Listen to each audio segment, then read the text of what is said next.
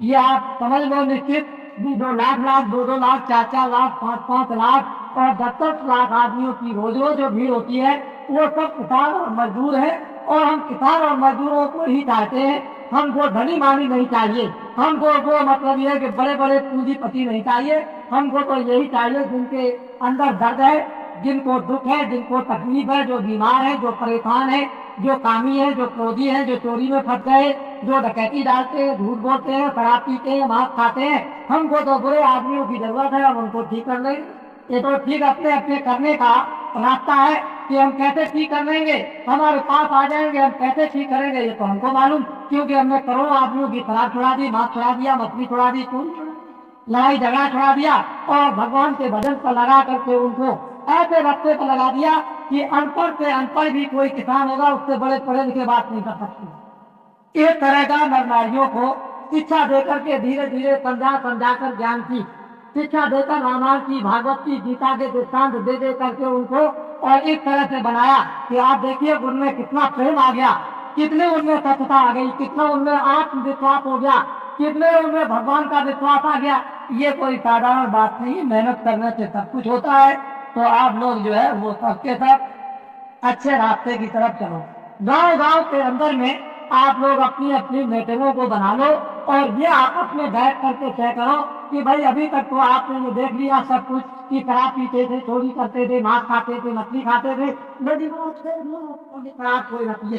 एक ही काम हाथ में ले लो कि हम लोग आपस में भाई शराब पीना छोड़ दो, शराब बहुत खराब चीज है, बुद्धि को नष्ट करती की बेइज्जती करता है। इसलिए एक काम को अगर आप लोग उठा लें तो 10 आदमियों का, फिर 20 आदमियों का, महीने में 50 आदमियों का, साल में 100 आदमियों का, इस तरह से 4-5 साल के अंदर में एक बुराई आपके सामने दूर होती हुई जब दिखाई देगी तो आपके अंदर विवेक आएगा और आपके अंदर सत्यता आएगी, प्रेम आएगा। तो समाज का जो ढांचा बिगड़ गया घर घर में और गांव गांव में ये बनने लगेगा। तो गीता और रामायण को भी समझ जाओगे, फिर महात्माओं के धर्म उपदेश को भी समझ जाओगे। अगर ये जीवन ठीक कर लो तो चंद दिनों में भगवान को भी आप प्राप्त कर सकते हो, थोड़े दिनों में, महीनों में और वर्षों में। क्यों कि महात्मा आ जाएंगे, सीधा रास्ता आपको बताएंगे, जमीन तैयार रहेगी, हृदय रूपी जमीन आपकी जब शुद्ध पवित्र रहेगी, महात्मा फल रास्ता बताएंगे, आप उस रास्ते पर बैठ जाएंगे। 10 मिनट भी बैठो, आधा घंटा भी बैठो। मीराबाई को दिन भर तो नहीं बैठती थी, कबीरदास कोई दिन भर नहीं बैठते थे, धन्ना जाट थे, वो दिन भर भगवान के भजन में नहीं बैठते थे, खेती भी करते थे, जानवरों को चारा भी देते थे, बाल बच्चों की सेवा भी करते थे और उसके बाद भगवान के भजन में बैठ गए, उन्होंने भगवान को पा लिया। तो कहने का मतलब है काम के वक्त काम करो, सेवा के वक्त सेवा करो, खाने के वक्त में खाना खाओ, सोने के वक्त में सो और भगवान के वक्त में भजन करो। ये नहीं कि 24 घंटे हमको एक ही काम करना है। इसीलिए तो महात्मा कहते हैं कि जिन लोगों ने ये कहा कि जंगल में छोड़ करके चले जाओ भगवान मिलेगा, उनको नहीं मिलेगा। घर में रह करके ही जंगल बना लो। ये सब मैं सेवा करता हूँ, मेरा कर्तव्य है। बच्चों की सेवा करता हूँ, स्त्री की सेवा करता हूँ, स्त्री पति की सेवा करता है, कोई भाई की सेवा करता है, कोई रिश्तेदार की सेवा करता है। ये मनुष्य का कर्तव्य है और उस कर्तव्य का करो पालन और उसके बाद समय बचा करके सुबह शाम जब भी मिल जाए तो भगवान का भजन करो। इसी गृहस्थ आश्रम को ही जंगल बना लो। यही खेती करते हुए, व्यवसाय करते हुए, नौकरी करते हुए, बच्चों की सेवा करते हुए, ये समझो हमारा कोई भी नहीं, हम तो अकेले आए थे और जब जाने लगेंगे तो अकेले चले जाएंगे।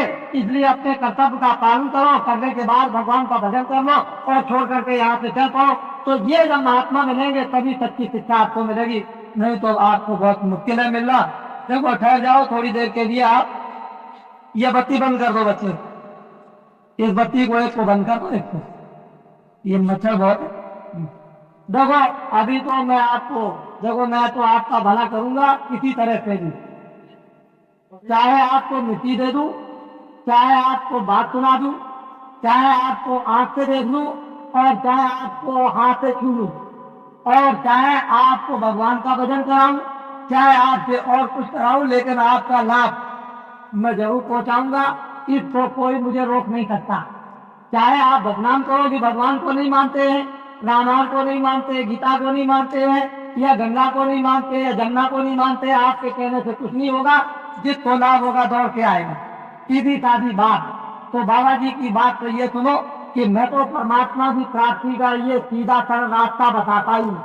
जब तुमको कभी इच्छा हो भगवान के मिलने की, दिव्य नेत्र रामायण में लिखा हुआ है, दिव्य नेत्र गीता में लिखा हुआ, शिव नेत्र रामायण और गीता और भागवत में लिखा हुआ है, और शिव नेत्र वेदों में लिखा हुआ है। जब शिव नेत्र लिखा हुआ है कि मनुष्यों के पास है, तो तुम्हारे सबके पास में शिव नेत्र ज्ञान चक्षु दिव्य नेत्र है। शिव जी ने जिस तरह से, पार्वती ने जिस तरह से, और सीता ने जिस तरह से, और राधिका ने जिस तरह से, और कृष्ण भगवान ने और तुलसीदास ने जिस तरह से प्राप्त कर लिया उस भगवान को, उसी तरह से शिव नेत्र खोलकर, क्योंकि तुम्हारे सबके पास में शिव नेत्र तीसरा नेत्र है। दो आंखें तो बाहर से सबके पास है, और अंदर में तुम्हारे जो गुप्त तीसरा ज्ञान चक्षु दिव्य नेत्र सबके पास, और वो ज्ञान चक्षु दिव्य नेत्र तुम्हारा गंदा हो गया है। बाहर की आंखें जब गंदी हो जाती है तो बाहर से दिखाई नहीं देता है, बाहर की आंख साफ हो जाएगी, बाहर से दिखाई देने लगेगा। इसी तरह से भगवान को देखने वाली आंख, स्वर्ग को देखने वाली आंख, वैकुंठ को देखने वाली आंख, देवी देवता को देखने वाली आंख, ब्रह्मा विष्णु को देखने वाली आंख, और ये उस देवताओं के लोक में जाने की आंख तुम्हारी गंदी हो गई, मैली हो गई है। उस आंख को तुम सुगम और साधारण रास्ते से साफ करवा लो, और मनुष्य रूपी मकान में जब दिव्य नेत्र ज्ञान चक्षु खुल जाएगा तो यहीं से बैठ करके तुमको दिखाई देने लगेगा स्वर्ग भी, और वैकुंठ भी, और सूर्यलोक भी, और चंद्रलोक भी। ऐसा सुगम रास्ता तुम्हारे मनुष्य रूपी मकान में सबके पास है। दादाजी कोई भेदभाव नहीं रखते हैं, ये नहीं रखते हैं कि आप चले आए आप चले आए, आपको नहीं, ऐसा नहीं। सबको सुबह अवसर मिलना चाहिए, क्योंकि ये मनुष्य हैं, इनको फिर अवसर नहीं मिलेगा। अब मनुष्य जीवन का अगर उनको अवसर मिल जाए तो मुझे भी अवसर मिल जाए, तो फिर क्या है, जब बरसात आती है, किसान जब खेती बो देगा समय से, तो खेती में अनाज हो जाएगा। बरसात निकल गई फिर बोएगा तो अनाज नहीं होगा। ये मनुष्य रूपी जीवन आपको मिला हुआ है, और महात्मा सबको ये अवसर दे दें कि इस तरह से तुम्हारे अंदर शिव नेत्र ज्ञान चक्षु है, और सब लोग उसको शुद्ध साफ कर सकते हैं, और सबको खोलने का जन्मजात का अधिकार है। तो तुमको सबको रास्ता मिलना चाहिए। अपने अपने घर में बैठ करके करो तो देख लो, तुम्हारी समझ में आ जाएगा। जब तुम्हारे अंदर बुझा हुआ दीपक जलेगा, आँख खुल जाएगी, तो अपने आप ज्ञान का प्रकाश आपके सामने आएगा, आनंद आएगा, शक्ति आएगी, प्रेम आएगा, भंडार खुलेगा, दुनिया के दुख और दर्द तुम्हारे दूर होंगे। तो ऐसा सुगम और सीधा रास्ता तो बाबा जी बताते हैं। और आपको जब कभी इच्छा हो तो उदयमान का प्रचार करते हैं हिंदुस्तान में, आप चले आइएगा और ये कहिएगा तो मैं भगवान के रास्ते पर चलकर उस परमात्मा को अपने ज्ञान चक्षु दिव्य नेत्र के द्वारा देखना चाहता हूँ, तो बाबा जी आपको सुगम सीधा रास्ता बताएंगे। तो देने लेने की बात छुटती नहीं है। और अपने घर में बैठकर ये जरूर है कि जब कभी पास में सत्संग हो तो सत्संग को सुनने के लिए चौमू आ जाए, या उस गाँव से आपके इस गाँव में आ जाए, या यहाँ से सामौर चले जाए।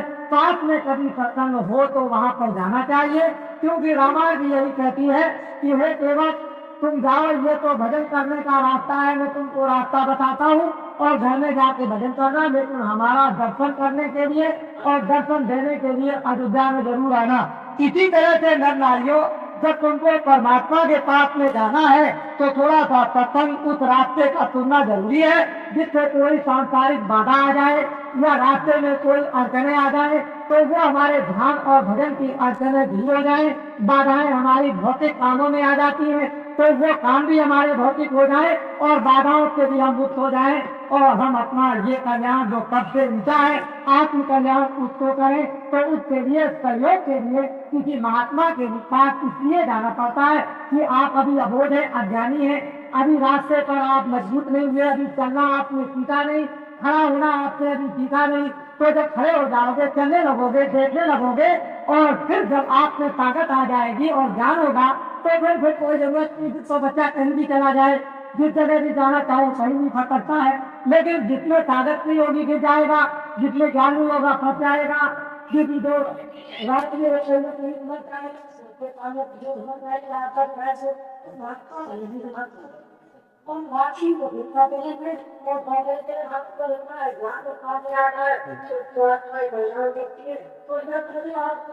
थोड़ा रहेगा, लेकिन 10 मिनट 15 मिनट आधा घंटा घर में बैठकर थोड़ा बहुत भगवान का भजन किया करो। और अगर मन में तुमने प्रतिज्ञा कर ली कि आज से मैं शराब नहीं पीऊंगा, आज से मैं गांजा नहीं पीऊंगा, आज से मांस नहीं खाऊंगा, आज से चोरी नहीं करूंगा, आज से डकैती नहीं करूंगा, आज से किसी को सताऊंगा नहीं, तुम अगर मन में अपने प्रतिज्ञा कर लो तो आज मतलब ये है कि वो परमात्मा उसको सहयोग देने लगेगा और महात्माओं की भी कृपा होने लगेगी, काम होने लगेगा। लेकिन आपने भलाई के लिए तो प्रतिज्ञा आपको मन में करनी पड़ेगी, बिना प्रतिज्ञा किए हुए नहीं। तो इसलिए आप ये बात सुने, हम तो आपको कुछ ना कुछ देंगे। अभी थोड़ी देर के बाद जब हमारा सत्संग समाप्त होगा तो हम आपको एक भभूत देंगे। आप पहले उससे परीक्षा कीजिए। जब भभूत से आपको परीक्षा होगी तो बाबा जी की भभूत से एक आने हम तो लाभ हुआ, 2 आने लाभ हुआ, कोई कहेगा 4 आने लाभ हुआ, कोई कहेगा 8 आने लाभ हुआ, कोई कहेगा 10 आने लाभ हुआ। ये तो आपको शारीरिक लाभ होगा, लेकिन आत्मिक लाभ तो आपको भजन करने से होगा। आत्मिक लाभ को मतलब ये जब होगा जब रास्ता आपको मिल जाएगा और आप परमात्मा का आप भजन करने लगेंगे तभी होगा। और ये जो बाहर के लाभ है, जैसे दादा जब बीमारी लेकर जाते हो तो दवा दे दिया, अच्छे हो गए, लेकिन फिर बीमार पड़ोगे तो फिर आपको दवा खानी, फिर आप बीमार पड़ोगे, फिर दवा खानी, फिर अच्छे हो जाओगे, फिर बीमार पड़ोगे। तो महात्मा आपको कुछ ना पूछे, बिना दवा के और बिना ये किसी मुसीबत से आपको कुछ ना कुछ फायदा पहुंचाए। तो उसी तरह से हमको भी चाहिए कि अब रोक न बुलाएं, बीमारी को न आने दें, बीमारी को रोकें। किन कारणों से बीमारी आती है उसको आप सबको समझना चाहिए। तो बाबा जी भभूत की बात देंगे, भगवान से मिलने का रास्ता भी देंगे। अब आप एक किस्सा सुन लें, मुझसे कोई नाराज न हो, मैं एक सीधा साधा आदमी हूँ। वैसे लोग मुझे बहुत बदनाम करने की कोशिश करते हैं, सोचते हैं बाबा जी को बदनाम कर दिया जाए। बाबा जी ने तो कभी नाम बदला नहीं, बाबा जी का नाम तुलसीदास आश्रम मथुरा में मैंने तो कभी बदला नहीं। मैंने न कभी गांधी कहा और न मैंने कभी मोहम्मद कहा, न मैंने कभी राम कहा और न मैंने कभी कृष्ण कहा। मैं न भगवान बनता हूँ और न मैं महात्मा बनता हूँ, मैं तो आपका सेवक हूँ और बराबर सब जगह यही कहता रहता हूँ कि धोबी का काम करता हूँ। और धोबी की सेवा सबसे छोटी होती है और वो गंदे कपड़े को साफ किया करता है और गंदा कपड़ा साफ करके दे देगा, तुमको प्रसन्नता होगी।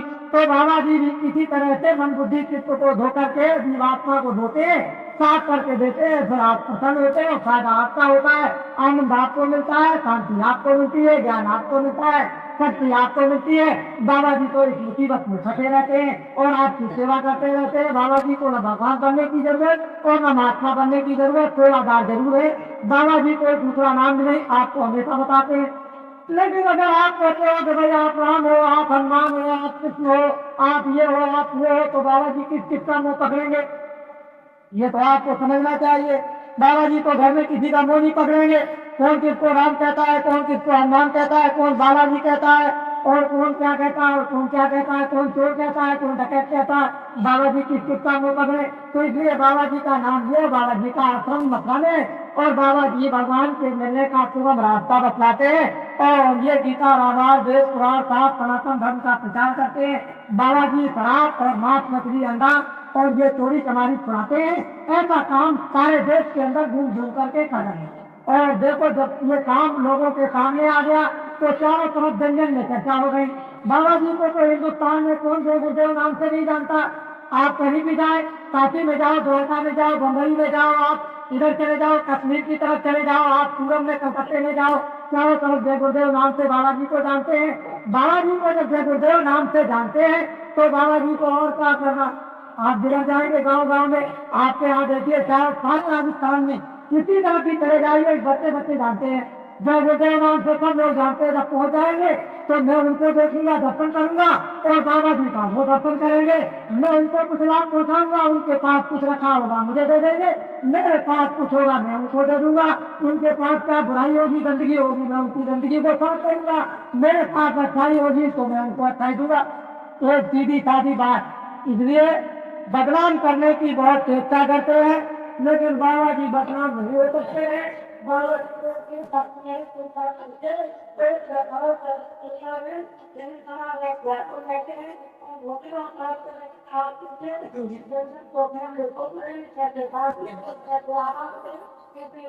टीवी पे चल रहा था और ये तो आपको मालूम है कि जब ऋषियों मुनियों ने बताया था कि कल तुम्हारे पापों का घड़ा भर गया है तो तुम्हारी बहन से एक ऐसा कुछ पैदा होगा जो तुमको मारेगा। तो कंस ने अपने बहन गौरवी को जेल में बंद कर दिया और कृष्ण भगवान का जन्म तो जेल में हुआ था। ये तो आपको मालूम होना चाहिए। तो असली बात तो यह है कि जब ऐसे ऐसे देवताओं के लिए ऐसे कष्ट आए जिनको हम मंदिर बना करके पूछते हैं, जिनकी रामायण और गीता को हम पढ़ते हैं, उनको इतना कष्ट आया। तो अगर ऐसे समय पर हम लोगों को कष्ट आ जाए तो क्या बड़ी बात है, तो कष्ट को झेलेंगे। जो भी कष्ट आएगा इस दुख को दूर करने के लिए, कष्टों को दूर करने के लिए, और धर्म को लाने के लिए, कर्म को लाने के लिए, और सत्य को लाने के लिए, और आत्म कल्याण के लिए जो भी कष्ट आएगा उस कष्ट को कैसे करेंगे। उस कष्ट के लिए महात्माओं का तो देव टीका होता ही है। इसलिए आपको ये बात बड़ी समझनी चाहिए कि महात्मा किसके लिए होते हैं, आपके लिए। अगर आपको छोड़कर चले जाए तो पाजिया बिछोटी बैठ जाए, उनको क्या जरूरत है, वो तो वहाँ भी ये जो कुछ उनके भाग में वो वहाँ भी पत्ता मिल जाएगा और एक पिटन मिल जाएगा और आराम से रहेंगे। लेकिन ये समाज डूब जाएगा, ये आत्मा डूब जाएगी, नरकों में 84 में चली जाएगी। तो इसलिए महात्माओं को आप अपना समझे। तो महात्मा हमारे लिए आते हैं, हमारा काम करते हैं, हमारे दुख को हटते हैं, हमारे दुख को सुनते हैं, हमारी व्याधा दूर करते हैं, लोक को बनाते हैं, पर लोक में जीवात्माओं की रक्षा करते पहुंचाते हैं और जन्म मरण से मुक्त कर देते हैं। ये महात्माओं का वेशभूषा इसीलिए हुआ करता है। लेकिन जो वेशभूषे को नहीं समझते तो क्या किया जाएगा। तो इसलिए आप हमको तो आप अपना समझे, और मैं तो आपको अपना समझता ही हूँ कि आप सब मेरे ही हो। हमने तो कोई ऐसा उपदेश किया नहीं है कि जात पात का कोई झगड़ा रख दिया हो कि तुम बहुत खराब हो, तुम बहुत अच्छे हो, और तुम छोटे हो, तुम बहुत ऊंचे हो। हमारे पास तो जो भी आते हैं हम सबको गले मिलाते हैं। आप देखते नहीं हो, सबके बीच में घूमते रहते हैं, सबसे मिलते हैं। कोई भी होगा सबसे मिलते हैं, सबसे बात करते हैं और सबकी बात को ध्यान से सुनते हैं और जितना हो सकता है उतना उनको लाभ पहुँचाते हैं। तो इसलिए आपको समझे अपना और मैं आपको समझता हूँ, और मुझसे जितना भी आप लाभ और फायदा उठाना चाहें हम हर तरह से तैयार हैं। मैं ये जरूर पूछूंगा, और कभी समय आएगा पूछने का तो ये जरूर पूछूंगा कि आपको हमसे क्या चाहिए, हमसे आप क्या चाहते हैं, कौन सी चीज ऐसी चाहते हैं, कौन मदद लेना चाहते हैं, किस तरह की सेवा आप हमसे चाहते हैं, किस तरह का काम हमसे चाहते हैं। हम जो भी काम चाहेंगे सब करने के लिए तैयार। लेकिन जन जन को जब महात्माओं ने आवाज को उठाया है तो जन जन को सुखी देखना चाहा, और हम ये चाहते हैं सारी सृष्टि स्वर्ग जैसी हो, सारी सृष्टि में स्वर्ग जैसा सुख हो, भरपूर वस्तुएं हो, सस्ती वस्तुएं हो, सबके चरित्र हो, सब में प्रेम हो, सब में सदाचार हो, सब लोग भगवान को याद करें, सब लोग भगवान का स्मरण करें, सब लोग निरोगी हो जाएं और सब लोग सुंदर हो जाएं। कोई अंधा, कोई लंगड़ा, कोई लूला, कोई बहरा न हो, सबसे सब अच्छे हो।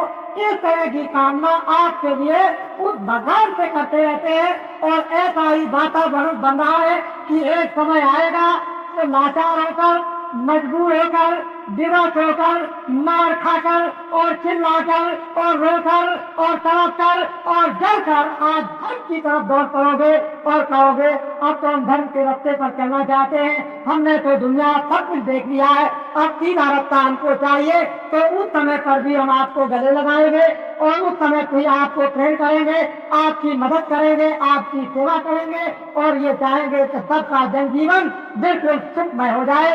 लेकिन मैं क्या करूं, 70 से लेकर 80 तक मेरी बात को आप नहीं सुनोगे तो वो मुसीबत आपके सिर पर आएगी, वो आपत्ति आपके सिर पर आएगी, वो चिल्लाओगे रोगे, जो लिखने में नहीं आ सकता इस तरह की आपत्ति आने वाली है। हमने 70 से और 80 तक 81 के अंदर तक आपको बताया। आप ये चाहते हो बाबा जी कल बदल दे, बाबा जी आज बदल दे, बाबा जी 1 घंटे में बदल दे। बोझा लगा हुआ है सिर के ऊपर, कपड़ा सब गंदा हो गया है, उसको न तुम एक दिन धो सकते हो न धो भी नहीं सकता है। इसलिए जो पाप करते करते करते करते जो रोम रोम और रग लगा आपने नीचे से लेकर ऊपर तक गंदा कर दिया है, और कहते हो 1 दिन में बदल दीजिए, 1 घंटे में बदल दीजिए, 1 घंटे में सुखी कर दीजिए, 1 घंटे में शांति कर, और 1 घंटे के अंदर में आत्म कल्याण और आत्म ज्ञान दे दीजिए, 1 घंटे में मुक्ति दे दीजिए और मोक्ष दे दीजिए, बच्चा हो जाएगा। लेकिन तुम बर्दाश्त नहीं कर सकते हो, इसलिए थोड़ा समय तो लगेगा ही।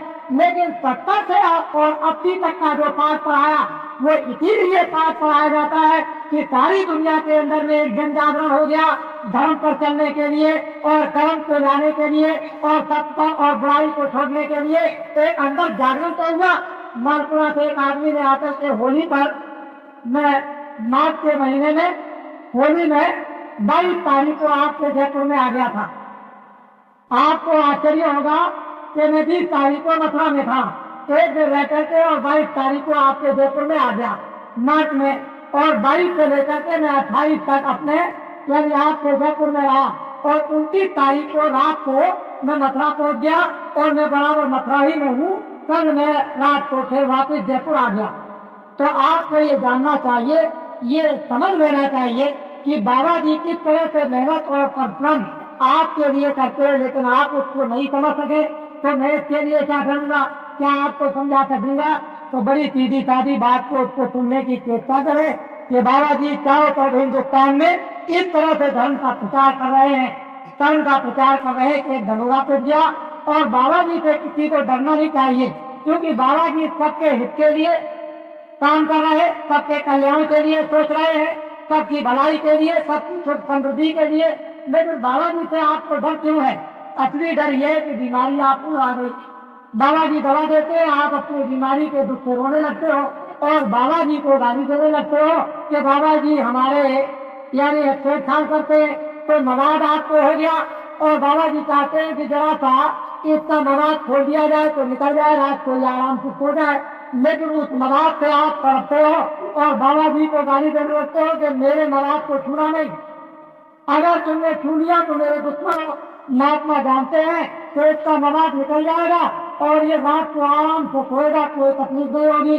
तो ये दुनिया में जन जन में मवाद आ गया और महात्मा हमेशा इसको निकालना चाहते हैं। जैसे ही मवाद निकला और सबको नींद आ जाएगी और दूसरे दिन मवाद पट्टी बांधी जाएगी और 2-4 दिन में फिर ठीक हो जाएंगे, आराम से सोएंगे और रहने लगेंगे मिलजुल कर प्रेम के साथ में, सब ज्यादा इनकी कट जाएगी। तब आपकी समझ में आएगा कि महात्मा कितना परिश्रम करते हैं, कितनी मेहनत करते हैं। तो ये सब के सब बेचारे बीमार और परेशान और दुखी बैठे हुए हैं और ये कुछ न कुछ लेने के लिए आए। तो बाबा जी को वो भी देने दीजिए और घबराने की कोई बात नहीं है, समय आने पर सब कुछ समझ में आएगा। देखो महंगाई फिर कान खोल कर सुनो, अभी महंगाई और आएगी, कपड़े महंगे होंगे। हम कुछ नहीं जानते कि अभी कपड़े का भाव क्या है, इतना जरूर जान सकते हैं कि पिछले महीने में कपड़े का भाव दोगुना ज्यादा हो गया। वो मोटा कपड़ा आप खरीदते होंगे, मैं भी सुनता हूँ, दोगुना हो गया ज्यादा कपड़ा। जितना कपड़ा आज की तारीख तक महंगा हो गया, अभी और महंगा होगा। पहले समझ लें आप, आज कोई भी चीज सस्ती हो गई हो फसल पर, चाहे चने सस्ते हो गए, चाहे गेहूं सस्ते हो गए, चाहे मटर सस्ता हो गई, चाहे तेल सस्ता हो गया, जो कुछ भी फसल पर सस्ता हो गया वो तो किसानों का लेने के लिए सस्ता हो गया। जब किसान दे देगा, इसके घर से जब निकल जाएगा तो उसके बाद में फिर महंगा दूना होगा। समझ लो आप, किसान मेहनत करते हैं, किसान सुबह शाम जलते हैं, किसान सुबह शाम गलते हैं, ये सारी मेहनत देश के अंदर किसान करते हैं। 90% सारे देश के अंदर में किसान मजदूर और मेहनत करने वाले हैं और इन्हीं से सब कुछ वसूल किया जाता है। यही सुबह शाम में बाल बच्चों के खेती में बाल बच्चों के पहाड़ में बाल बच्चों के हर जगह ये लगे रहते हैं, खून पसीना बहाते रहते हैं और उनके दुख और दर्द को कोई नहीं सुनता, कोई सुनने वाला नहीं। राजा के राज में उस समय पर अगर कोई सताता था और किसान चला गया, सरकार हमसे तो आपका अधिकारी और सिपाही सता रहा, फौरन बुलाया और उसके साथ क्या करते थे वो तो आपको मालूम। लेकिन इस समय पर लोग सताए जा रहे, कोई सुनने वाला नहीं, कोई पूछने वाला नहीं, कोई न्याय करने वाला नहीं और कोई रक्षा करने वाला नहीं। न जान की कोई रक्षा करने वाला, न मान की कोई रक्षा करने वाला, न बच्चों की रक्षा करने वाला, न स्त्रियों की रक्षा करने वाला, न जानवरों की कोई रक्षा करने वाला, न धन से कोई जाने वाला, न धर्म की कोई रक्षा करने वाला, किसी तरह की कोई भी समय पर नहीं। ये व्यवस्था आपको व्यस्त हो रही है और तुम किसान यदि चाहते हो कि दिल्ली से मेरी कोई व्यवस्था बना देगा या जयपुर से कोई मेरी व्यवस्था ठीक कर देगा, तो ये कुछ नहीं, आपको जन जन को डरना होगा और महात्माओं की बात को सुनना होगा और जन जन के अंदर में जब ये प्रेरणा आएगी तब जाकर के कुछ काम बन जाएगा, नहीं तो बहुत मुश्किल होगा। सारा किसान के समय पर रोता और तड़पता है, लेकिन कोई नहीं, मैं भी देहात में घूमता रहता हूँ और मैं भी अभी किसान का ही बच्चा हूँ। अभी मथुरा आश्रम पर आपके राजस्थान के देख करके आए, रात और दिन पर और रात और दिन लग करके, यानी अनाज उठा करके और रख करके पाँच सौ मन अनाज उठा करके और रख करके रात और दिन लग करके आए, और अभी और सो जाए जो कि लोग पीछे से अपना उठाते रहेंगे। तो मैं तकलीफ को समझता हूँ कि कितनी तकलीफ और कितनी मेहनत होती है, लेकिन लोग नहीं समझते हैं। लोग तो हमको बिल्कुल एकदम से चूस रहे हैं। तो ये सब नक्शा जो किसानों का, नर नारी बच्चे बच्चियों का बैठा हुआ है, इनकी तरफ जब तक कोई नहीं देखेगा सामान्य दृष्टि से, तब तक कोई बड़ा नहीं कर सकता है। इसलिए मेरी बात को बहुत दूर तक सोचो और समझो इसके लिए, और नहीं समझोगे तो आपको बड़े संकट आएंगे। अनाज महंगा, कपड़ा महंगा, लोहा महंगा, ये महंगा, खाद महंगी, चीनी महंगी, वो महंगा, वो महंगा, वो महंगा, वो महंगा, सब चीजें अभी महंगी आएगी। व्यवस्था अभी दस्त होगी। अखबार और रेडियो ये झूठ बोलते हैं और किसानों को हमेशा धोखा देती है। दूसरे भी बुद्धिजीवी शहर में रहते हैं, वो अखबार और रेडियो में फंस गए हैं। उनकी बुद्धि 24 घंटे चक्कर खाती है। किसानों के दुख और दर्द की बात को वो भी नहीं सुन पाते हैं।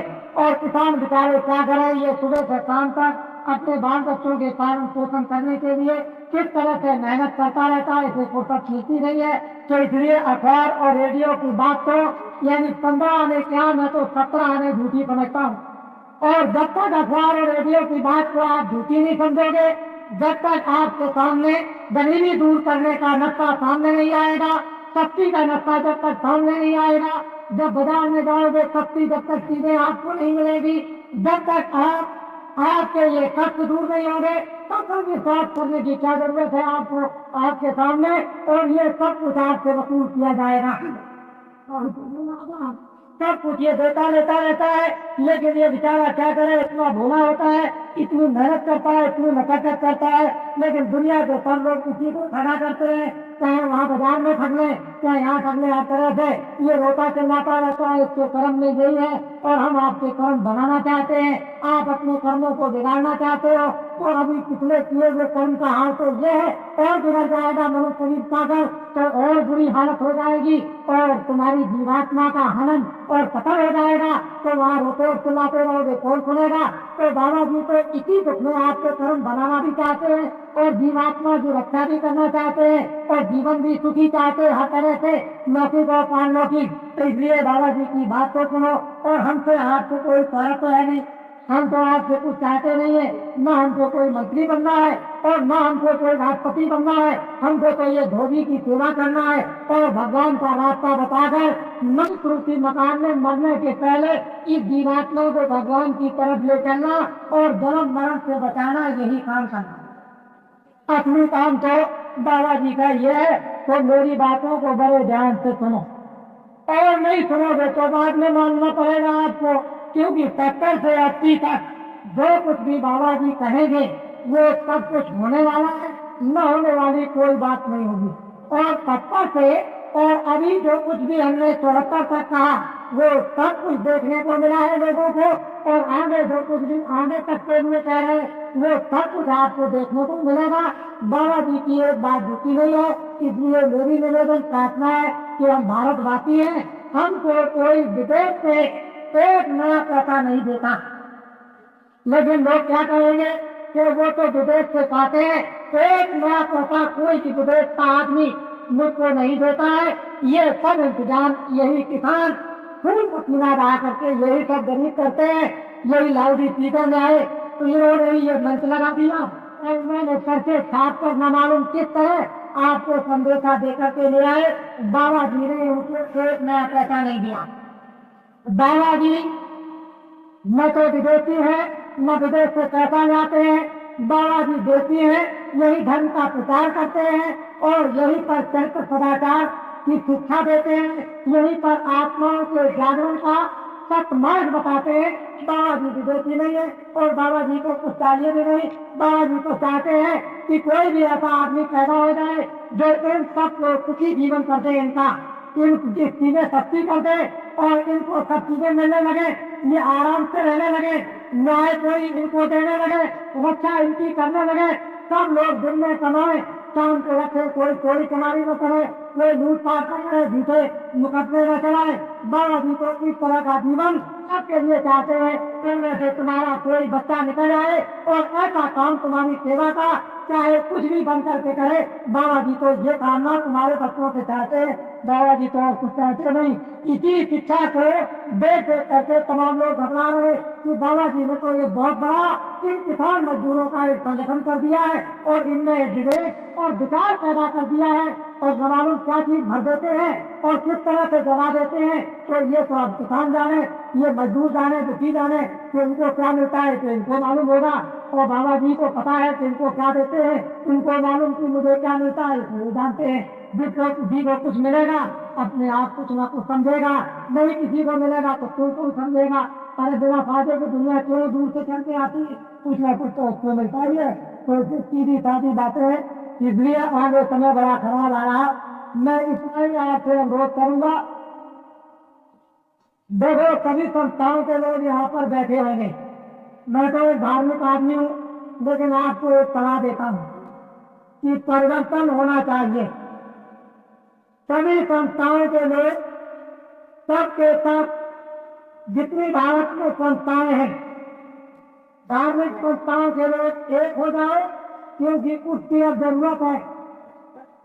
इनका अन्न, इनका पानी आप लोग मंदिर बनाकर, आश्रम बनाकर, इन किसानों का आप पानी और अनाज खाते हो, तो अब जंगल में रहने की जरूरत महात्मा और धन लोगों की नहीं। अब आओ इनके बीच में, इनकी आपत्ति आई हुई, इनके ऊपर अन्याय हो रहा, इनके ऊपर दुख का पहाड़ टूट गया, ये आकर इनके बीच में आकर के सुनो समझो और इनको एक रास्ता दिखाओ।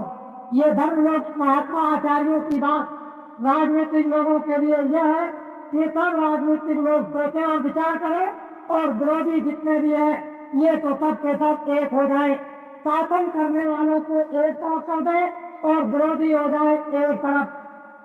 बड़े ध्यान से जब रोटी देने की, कपड़ा देने की, काम देने की, न्याय करने की, रक्षा करने की, सस्ती देने की और खर्च कम करने की जब बात सब करते हो, विरोधी जितने भी है ये सब के सब एक हो जाए। बाबा जी इस तरह का जन और जागरण करेंगे और आपको एक रास्ता बताएंगे, एक रास्ता आपको सुझाएंगे कि विरोधी एक हो जाए, शासन करने वाले एक हो जाए। और हम किसानों और मजदूरों से अनुरोध करेंगे कि 27 वर्षों में इतना कष्ट किसान और मजदूरों का आया है, तो आपकी बात परिवर्तन करो और दूसरों को एक मौका, एक समय दो सेवा करने का, जो चरित्रवान और सदाचारी है। और जो कौन तो 50% को तुम्हारे 20 और 30 वर्ष के जो बच्चे हो उनको आप आने दीजिए। 30% जो 35 साल से ऊपर के बुढ़े हो उनको आप ले आइए और 20% भगवान चाहिए जो काशी में हो या गया में, हरिद्वार में या आपके गांव में कोई महात्मा अच्छे हो उनको आने दीजिए। अगर ऐसे वीरों को और ऐसे अच्छे लोग और धर्माचार्यों को आप लोग मौका देंगे तो एक परिवर्तन आपके सामने आराम का, चैन का और शांति का और न्याय का और रक्षा का आएगा और शक्ति का, तो जमाना बदलेगा। और जमाना बदलने के लिए हम सब लोग ये सोच रहे कि रात से भगवान जमीन से